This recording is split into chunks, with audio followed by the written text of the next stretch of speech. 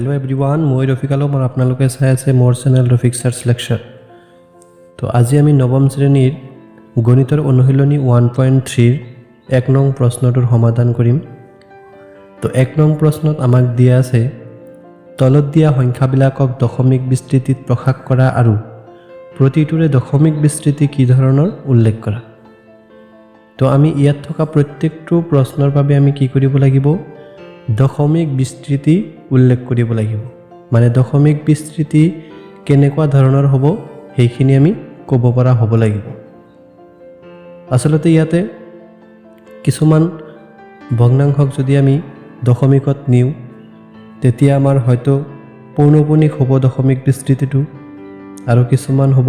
দশমিক বিস্তৃতি পৰিসমাপ্ত। তো কিছুমান দশমিক বিস্তৃতি পৰিসমাপ্ত আৰু কিছুমান হ'ব দশমিক বিস্তৃতি অবিৰত পুনৰাবৃত্ত। তো এই দুই ধৰণৰ আমি দশমিক বিস্তৃতি পাম। গতিকে আমি চাও ক'ত কেনেকুৱা কি দশমিক বিস্তৃতি পোৱা যায় এইখিনি এটা এটা কৈ আমি চাই যাম। তো আমাৰ প্ৰথম প্ৰশ্নটোতে আছে 36/100। ইয়াক আমি কি কৰিব লাগিব প্ৰথমতে দশমিকত নিব লাগিব। মানে 100 এৰে 36ক হৰণ কৰিব লাগিব। তো আমি যদি 100ৰে 36ক হৰণ কৰো তেতিয়া হলে আমি ডাইৰেক্ট এটা নিয়ম আছিল কি আমাৰ যে ওপৰত যেটো আমাৰ লব থাকে সেই লবটোক লিখি একৰ পিছত কিমানটা জিৰো আছে তেনে হৰত আমাৰ যদি 100 থাকে বা 10 থাকে বা 1000 থাকে বা 10000 থাকে তেনেকুৱা একৰ পিছত কিমানটা জিৰো আছে সেইখিনি আমি চাই দশমিকটো দি দিব পাৰো। তো 36 লিখিলো। এতিয়া দশমিক আমাৰ কিমান গৰ পিছত হ'ব একৰ পিছত যিমানটা জিৰো আছে মানে এটা দুটা জিৰো আছে। তো আমি এই ফালৰ পৰা হিসাব কৰি আহিম যে কিমান গৰ পিছত দিব লাগিব 2 গৰ। গতিকে 1 গৰ 2 গৰ। গতিকে 3 ৰ পিছত ইয়াতে এটা দশমিক দিব লাগিব। না মানে 36/100ক যদি আমি দশমিকত প্ৰকাশ কৰো তেতিয়া হলে পাম আমি 0.36। তো আমি এই 0.36 সংখ্যাটোৰ যদি দশমিক বিস্তৃতি চাব যাও মানে দশমিকৰ পিছত কিমানটা অংক আছে এইখিনি চালে আমি কৈ দিব পাৰিম যে দুটা অংক আছে। মানে দশমিক বিস্তৃতি পৰিসমাপ্ত। মানে যদি আমি দশমিকৰ পিছত থকা অংকৰ সংখ্যা গণিব পাৰো যে কিমানটা অংক আছে বা হৰণ এটা সময়ত কি হয় ভাগে হৰণ কৰাৰ ফলত শূন্য ওলায় তেনে ক্ষেত্ৰত আমি কৈ দিব পাৰিম যে হৰণটো সম্পূৰ্ণভাৱে গৈছে হয় না নাই। গতিকে যাৰ কাৰণে আমি দশমিক বিস্তৃতি ইয়াৰ কাৰণে ক'ব লাগিব যে পৰিসমাপ্ত। তো আমি লিখিম দশমিক বিস্তৃতি ইয়াৰ পৰিসমাপ্ত। তো 1 নম্বৰ প্ৰশ্নটো হৈ গল। এতিয়া আমি চাম 2 নং প্ৰশ্নটো। তো 2 নম্বৰ প্ৰশ্নটো দিয়া আছে আমাৰ 1/11। তো 1/11ক আমি কি কৰিব লাগিব দশমিকত নিব লাগিব। প্ৰথম কামটো হল দশমিকত নিয়া। তাৰ পিছতে আমি ক'ব পাৰিম যে ইয়াৰ দশমিক বিস্তৃতিটো কেনেকুৱা ধৰণৰ হ'ব। তো পোনপ্ৰথমে আমি কি কৰিম একক হৰণ কৰিব লাগিব 11ৰে। গতিকে আমি হৰণ কাৰ্য যেহেতু আমাৰ একৰ পিছত এতিয়া 0 বা তেনেকুৱা কোনো ধৰণৰ সংখ্যা নাই ডাইৰেক্ট হৰণ কৰিব পৰা গতিকে আমি কি কৰিম এইটো হৰণ প্ৰক্ৰিয়া কৰি ল'ব লাগিব আমি। গতিকে আমি একক কিহেৰে হৰণ কৰি দিম 11। কাৰণ তলত যেটো সংখ্যা থাকিব সেই সংখ্যাটোৰে ওপৰৰ সংখ্যাটোক কি কৰিব লাগিব হৰণ কৰিব লাগিব। এতিয়া 11 একৰ মাজত তো নাযায় সেই কাৰণে এটা দশমিক দিব লাগিব। ইয়াতে দশমিক দিয়াৰ লগে লগে আমাৰ এটা 0 ইয়াতে বহাব পাৰি। তো 11 এতিয়া 10ৰ মাজত কিমান বাৰ যাব। তো এতিয়া আমি দেখা পাই আছো কি 10টো 11তকৈ সৰু এই কাৰণে এতিয়া আমাৰ হৰণ নাযায়। এই কাৰণে ইয়াতে আৰু এটা 0 দিব লাগিব তেতিয়াহে আমি ইয়াতে আৰু এটা 0 বেছিকে দিব পাৰি। এতিয়া 11 1ৰ মাজত তো হৰণ যাব কিমান বাৰ যাব 9 বাৰ যাব। তো 99 হ'ব আমাৰ তলত। এতিয়া যদি আমি মাইনাস কৰো কিমান পাম 1 পাম। এতিয়া প্ৰথমে কিমান আছিল আমি হৰণ কৰিছিল 1ক আকৌ আমি ভাগশেষ 1 পালো মানে কি আকৌ 09 হ'ব আগৰ নিচিনাকৈ হয় নে নাই। তো ঠিক তেনেকুৱাকে আমাৰ যেহেতু একেই ভাগশেষ আকৌ ওলাইছে মানে যাক আমি প্ৰথমে হৰণ কৰিছিল সেই ভাগশেষটো আমাৰ পুনৰাই ওলাইছে সেই কাৰণে আমি ক'ব পাৰিম যে 090909 এনেকুৱা সংখ্যাবিলাক আহিয়ে থাকিব। তো আমি লিখিব পাৰিম এতেকে 1/11 ইকুৱেল টু কি হ'ব আমাৰ 0.090909 এনেকুৱা সংখ্যাবিলাক আহিয়ে থাকিব। অৰ্থাৎ আমি এনেকুৱাও লিখিব পাৰি যে 0.09 09 এই দুটা অংকইতো আমাৰ বাৰে বাৰে আহিছে এই কাৰণে এই দুটাৰ ওপৰত আমি এনেকুৱাকে এটা আস্তানিলে বাৰ বুলি কয় ইয়াক আস্তানি দিলে কি ক'ব আমাৰ ইয়াকে পয়েন্টৰ পিছত 09 বাৰে বাৰে অহা বুলি বুজাব আৰু এটো পৌনপুনিক চিন বুজায় তো নিশ্চয় বুজি পালা তো ইয়াতে আমাৰ কি হ'ব তেনেহলে দশমিক বিস্তৃতিটো অবিৰত পুনৰাবৃত্ত মানে যিমানলৈকে আমি হৰণ কৰি যাম আমি এই 0909 ওলাই থাকিব ইয়াৰ দশমিক আমাৰ এনেকুৱা নহয় যে এটা সময়ত শেষ হৈ যাব হৰণ কৰোতে কৰোতে এই কাৰণে কি হ'ব আমাৰ দশমিক বিস্তৃতিটো অবিৰত পুনৰাবৃত্ত হ'ব তো ইয়াৰ দশমিক বিস্তৃতি অবিৰত পুনৰাবৃত্ত বা পৌনপুনিক তোমালোকে যদি অবিৰত পুনৰাবৃত্ত বুলি লিখা তথাপি হ'ব আৰু যদি কোৱা অবিৰত পৌনপুনিক লিখিবা তথাপি হ'ব তো 2 নম্বৰটো হ'ল আমাৰ 3 নম্বৰ প্ৰশ্নটোত আছে আমাৰ 4 সমস্ত 8 ভাগৰ 1 তো 4 সমস্ত 8 ভাগৰ 1 যদি আছে ইয়াতে তেতিয়াহলে প্ৰথম কাম হ'ব আমাৰ সমস্তটোক আমি ভালকৈ ভগ্নাংশত লৈ লওঁ আগতে তো এইখিনি লিখিলে আমি 8 4 গুণ 32 আৰু একে 33 আৰু তলত 8 তাৰ মানে আমি 33 কি কৰিব লাগিব 8 এৰে ডিভাইড কৰিব লাগিব মানে হৰণ কৰিব লাগিব তো প্ৰথমে আমি হৰণ কাৰ্যটো কৰি লওঁ তো 33 হৰণ কৰিম 8 এৰে তো 8 33 এৰ মাজত কিমান বাৰ যাব 4 বাৰ 4 8 গুণ 32 বাকি থাকিব কিমান 1 তিয়া 8 1 এর মাজত না যায় এই কারণে এটা দশমিক 0 8 10 এর মাজত যাব 1 বাৰ 8 বিয়োগ কৰিলে পাম আমি 2 আকৌ 8 2 এৰ মাজত না যায় মানে নাই গতিকে আমি কি কৰিব লাগিব এটা 0 দিব লাগিব তো 8 20 এৰ মাজত যাব 2 বাৰ 16 বাকি থাকিব 4 এটা 0 দিব পৰা যাব গতিকে 8 40 এৰ মাজত 5 বাৰ 40 মিলি গল অৰ্থাৎ ভাগশেষ আমাৰ কিমান ওলাল এতিয়া 0 তো যেহেতু আমাৰ ভাগশেষ 0 ওলাইছে গতিকে ইয়াৰ দশমিক বিস্তৃতি পৰিসমাপ্ত হ'ব কাৰণ দশমিকৰ পিছত আমি তিনিটা অংক পাইছো হয়নে নাই গতিকে আমাৰ কি হ'ব ইয়াৰ দশমিক বিস্তৃতি পৰিসমাপ্ত হ'ব তো এতেকে আমি কি লিখিম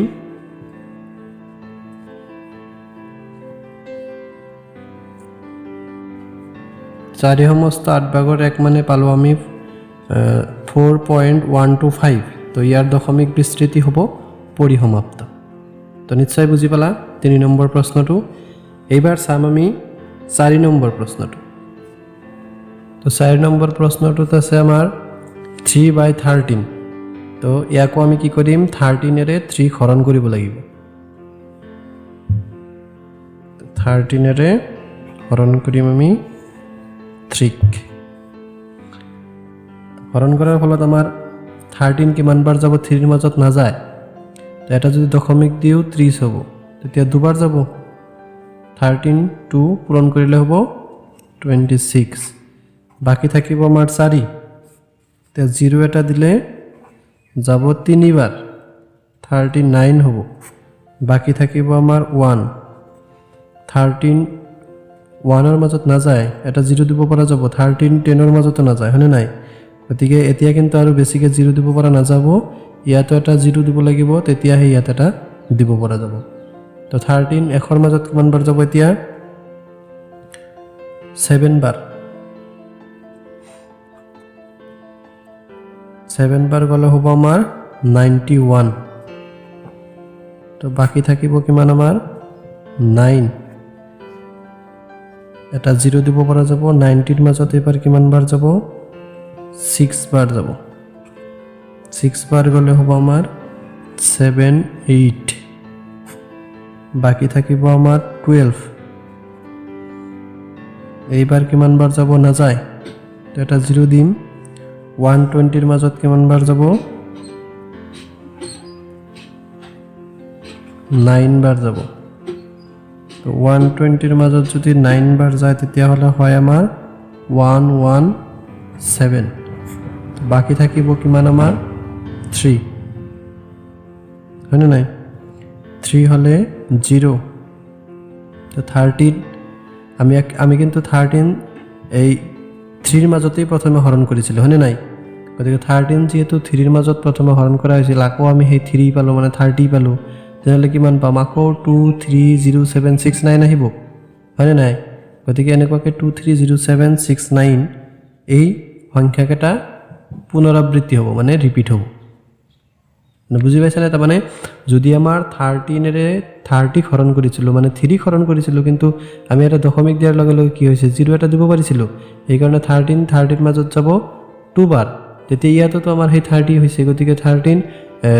30 ৰ মাজত এইবাৰ হয় 2 বাৰ যাব আকৌ 2 আহিব আকৌ বাকি থাকিব আকৌ 3 বাৰ যাব আকৌ 0769 এনেকুৱাকে সংখ্যাবিলাক কি হ'ব আমাৰ আহিয়ে থাকিব অৰ্থাৎ আমাৰ ইয়াৰ দশমিক বিস্তৃতি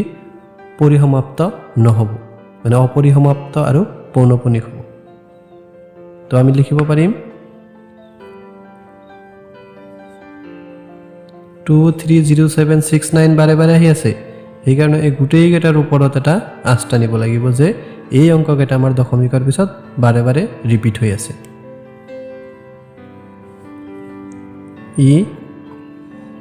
ইয়াৰ তেনেহ'লে কি হ'ব দশমিক বিস্তৃতি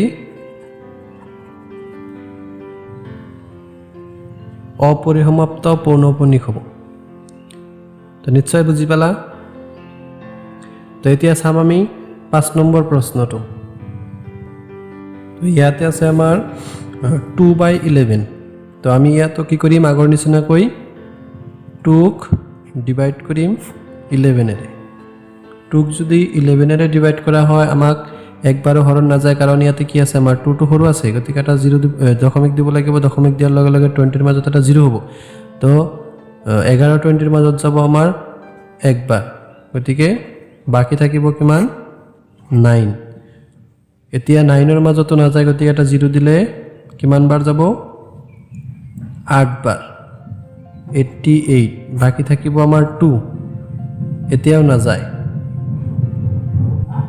তো প্ৰথমে কি কৰিছিল আমি 20 হৰণ কৰিছিলো 11 ৰে হয়নে নাই 11 ৰে 20 হৰণ কৰাৰ ফলত আমাৰ 18 পাইছো আকৌ আমি 20 ৰে দিম মানে কি হেই 180 পাই থাকিম হয়নে নাই মানে 1 পাম 8 পাম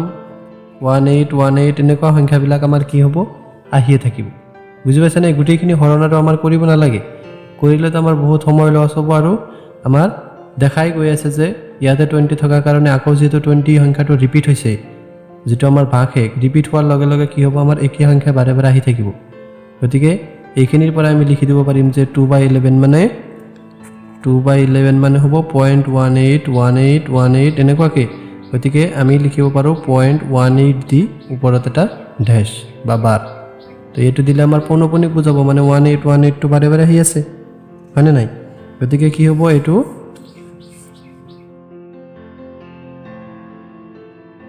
পুনৰাবৃত্ত পৌনঃপুনিক তো দশমিক বিস্তৃতি হ'ব আমাৰ পুনৰাবৃত্ত পৌনঃপুনিক বা অবিৰত পৌনঃপুনিক যি দিয়া দুয়োটাই শুদ্ধ হ'ব তো ইয়াতে আছে আমাৰ 329ক 4 হৰণ কৰিব লাগে হয়নে নাই গতিকে আমি কি কৰিম 329 এইখিনি ভিতৰত ৰাখিম আৰু 400 ইয়াতে ৰাখিম তো এইবাৰ কি হ'ব আমাৰ 400 কিন্তু 329 ৰ মাজত নাযায় এই কাৰণে আমি এটা দশমিক দিম ইয়াতে হ'ব 3290 হোৱাৰ লগে লগে যাব আমাৰ 8 বাৰ তেতিয়া হ'ব 4 8 গুণ 32 আৰু দুটা 0 32 তো বাকি থাকিব আমাৰ 09 তো 90 ৰ মাজতো নাযায় এটা 0 দিব লাগিব 900 ৰ মাজত যাব আমাৰ 2 বাৰ তো 2 বাৰ গলে আমাৰ কিমান পাম আমি 800 বাকি থাকিব কিমান আমাৰ 100 ৰ মাজতো নাযায় গতিকে এটা 0 দিব লাগিব তো 1000 ৰ মাজত এবাৰ কিমান বাৰ যাব 400 2 বাৰ হয়নে নাই 2 বাৰ গলে আমাৰ কিমান হ'ব